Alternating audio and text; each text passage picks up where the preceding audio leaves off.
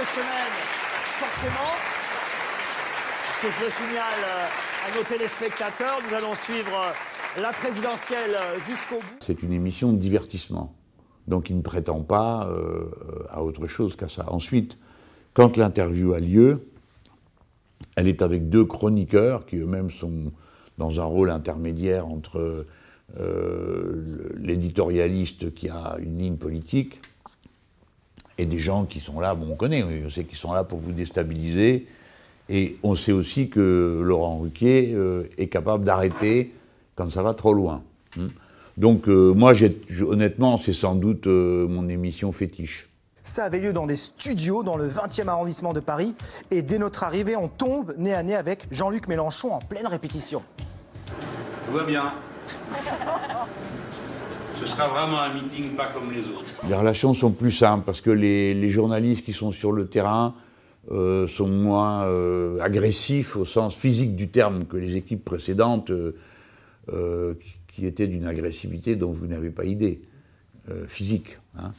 Donc on a ça quelques souvenirs un peu chauds. Bon, tout ça est fini, c'est du passé. Puis j'ai pas envie d'y revenir d'une quelconque manière. Je comprends qu'au fond, j'ai été un gibier pendant un temps.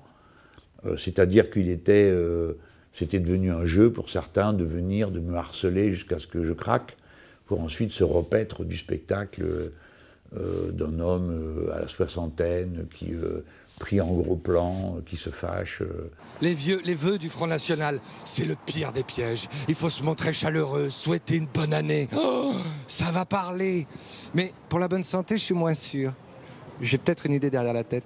Barthès a un immense talent, ce qui n'est pas le cas de Cyril Edelin. La preuve, hein, je veux dire, les gens n'ont pas suivi. Ne regarde pas.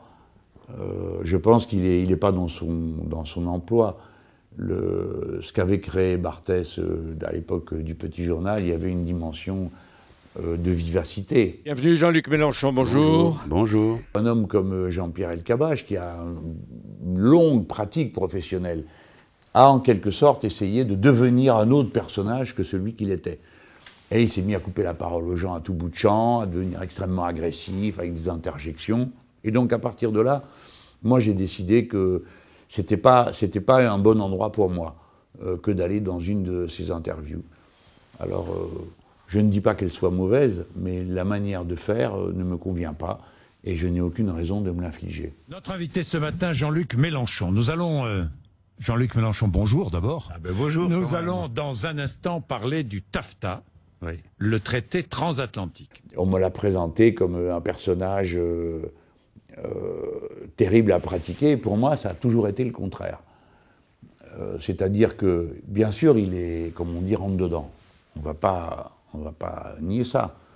Mais il le fait d'une manière que, d'une façon ou d'une autre, j'ai jugé à mon égard toujours respectueux. C'est-à-dire qu'il ne me lâchait pas, mais je n'ai jamais senti chez lui la même vindicte que chez certains autres. Merci, monsieur Mélenchon. Bon, ça va, je reçois.